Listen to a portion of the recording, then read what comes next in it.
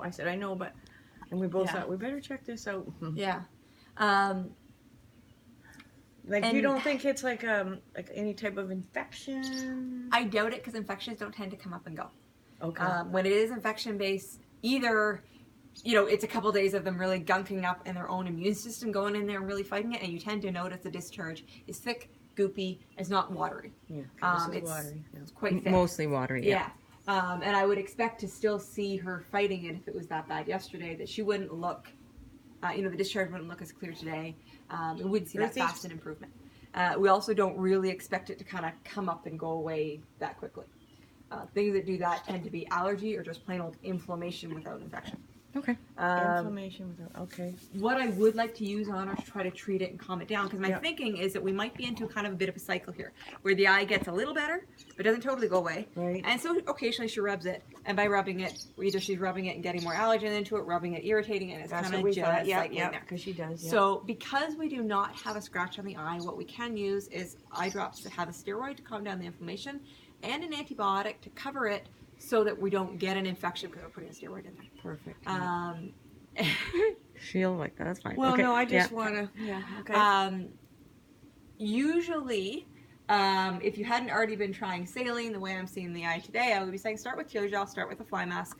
Let's just kind of rinse out the eyes and keep them clean, see if we can protect it and go from there. But if you're saying, you know what, it flares up really bad, just because I'm not seeing it today doesn't mean that it doesn't happen. That's right. We have that option. Okay.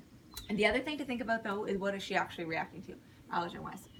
So thinking about changes, any changes in fly spray, any changes in detergents. Obviously, when they have an itchy eye, they tend to rub their legs. Have we been using anything on her legs? It might be...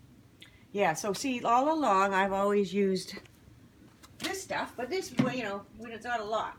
Yeah. Then I had, you know, I don't know if you know Janet Riley. Mm-hmm. So then she said, I'm horrified. She made me a all-natural fly wipe with essential oils. Now, I just started that maybe less than a week ago. Okay.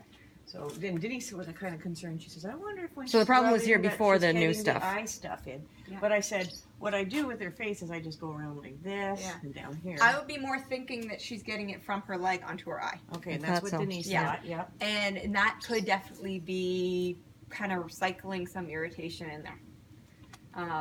Because again, anything, I mean, it can be allergy based, or it can just be simply an irritant in there that's gotten in there and upset the eye. Mm-hmm.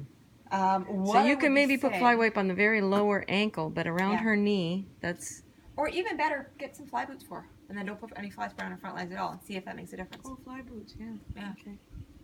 Yeah, because she just gave me, and I just started it, but like it's just supposed to, I don't know exactly what it is, but, and they said, but I wouldn't say this is it, only could be that, because we've had this a few times. And it's probably allergy based initially. It's just a matter of if we're seeing it worse because she's kind of cycling in this irritating rubbing, getting something in it, irritating rubbing, and just cycling along. Do you think this eye looks okay? Because even I thought your white eye